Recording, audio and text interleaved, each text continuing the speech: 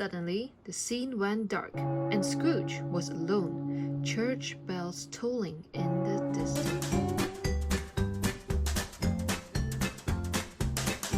Hello, fantastic peeps! My name is Rachel, and I hope that you've had a great day so far. I want to say thank you so much for joining me today as we count down to Christmas together. On our table, we have two little cute Mickeys with us today. They are all dressed ready for Christmas with his little boots, his little jacket that we can take off and on, and his little scarf to keep him warm and toasty. We have this little ear, so cute. And yeah, we have two of our friends here today as we read today's story. So without further ado, let's get into day 14 of our Disney Storybook Collection Advent Calendar series. Our Advent Calendar is opened up with our two little cute Mickey at the side. We're gonna find day 14. What story is waiting for us today? And it's Mickey Mouse Christmas Carol, featuring Mickey himself, Minnie, and also Ebenezer Scrooge. Let's find out today's story. Ebenezer Scrooge is too greedy to see that Christmas is a time for generosity. But when he is visited by three spirits, will Scrooge learn to embrace the spirit of the season? What do you guys think? Let's find out. It was Christmas Eve, and Ebenezer Scrooge was rushing through snowy London. Scrooge didn't like Christmas, and he didn't believe in helping the poor. He barged past carolers and wouldn't give a penny to anyone. Even when Scrooge's nephew, Fred, stopped by his office shouting, "Merry Christmas, Uncle Scrooge," Scrooge kicked him out. A while later, Scrooge's assistant, Bob Cratchit, stepped down from his stool to go home. "I suppose you'll be wanting tomorrow off," Scrooge barked, "but be here all the earlier the next day." "Thank you, Mr. Scrooge," cried Bob, "and Merry Christmas," he called as he went. "Bah! Humbug," muttered Scrooge.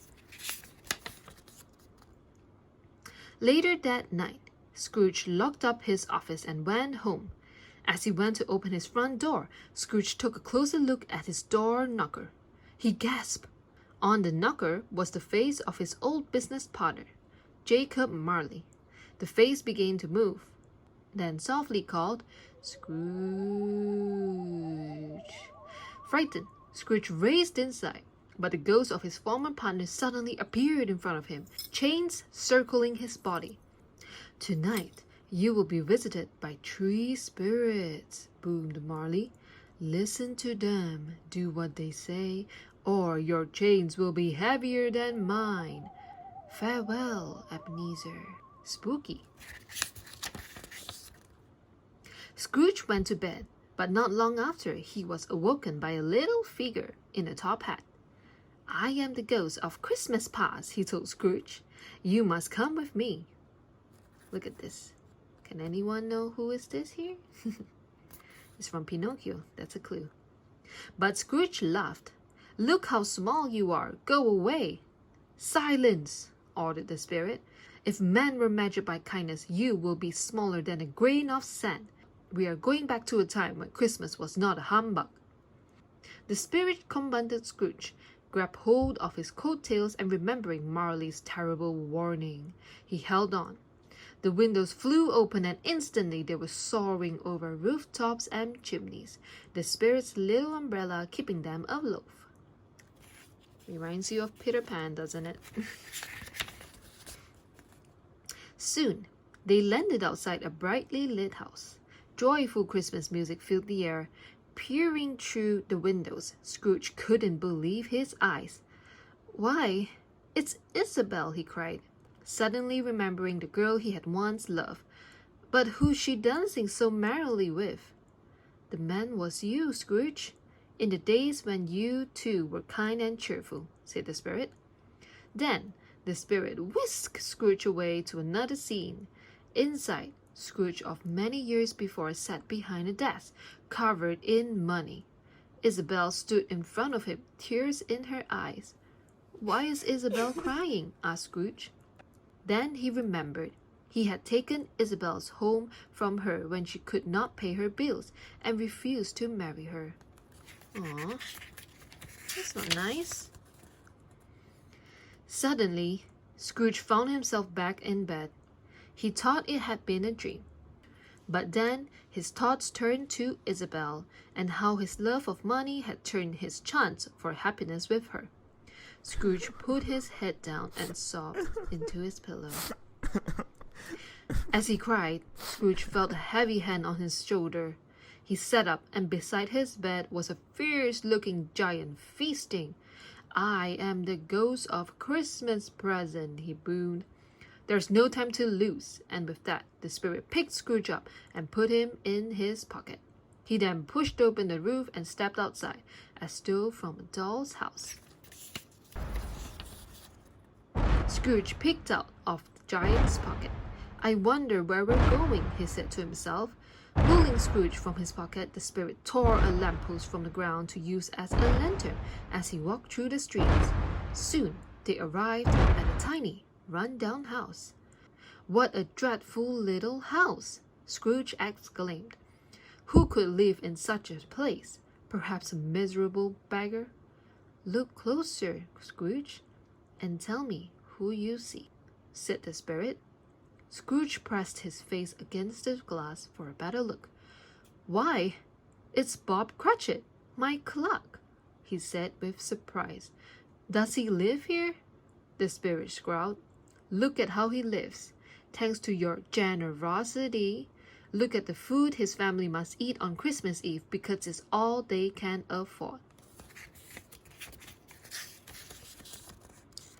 The hungry Cratchit family sat at their table, about to carve up the smallest goose Scrooge had ever seen.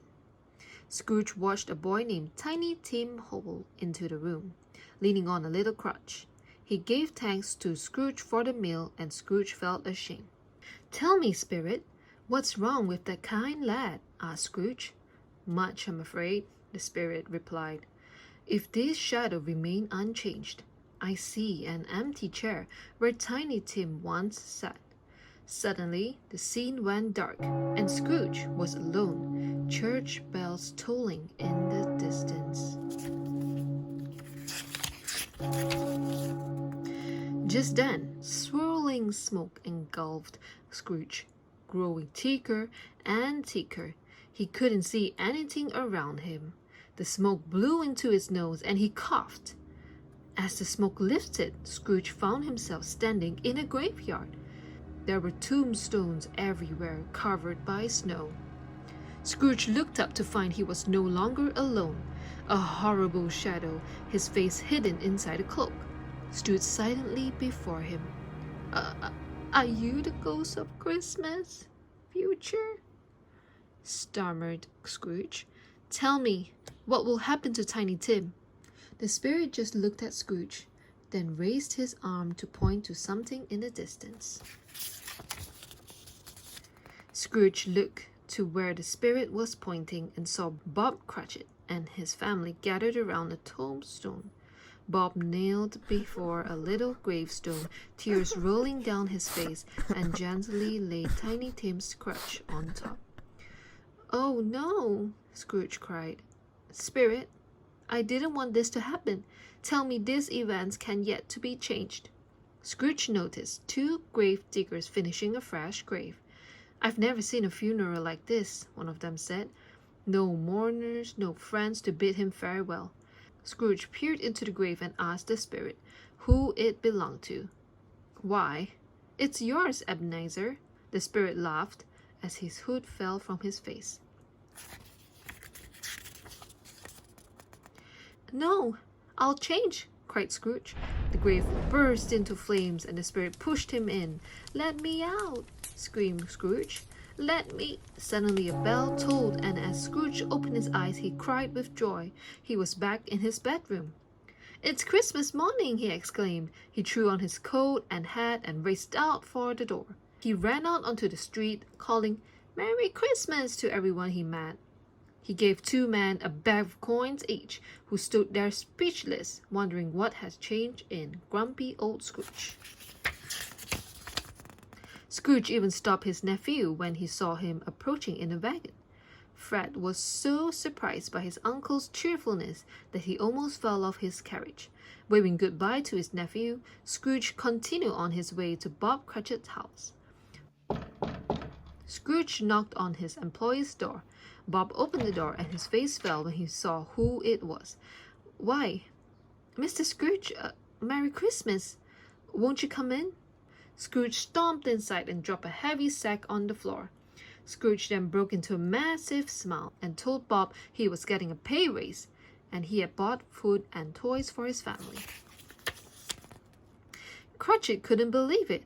"Oh, thank you, Mr. Scrooge. Merry Christmas, Bob," Scrooge said, as the whole family danced with joy. "It was a Christmas miracle.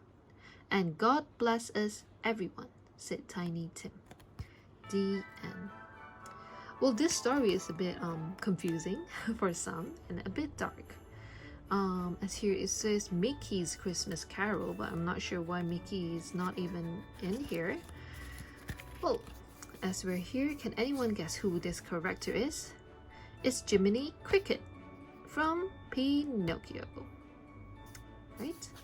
And yeah, so as I was saying, it's quite confusing for some because they look like Mickey and Minnie, but they're not Mickey and Minnie. This looks like Donald, but it's not Donald. But it's okay. Looking at what we learned today from this story is that we as people, we should never be greedy. Be caring, be loving to others, so that people will also respect us in return and also be nice to us.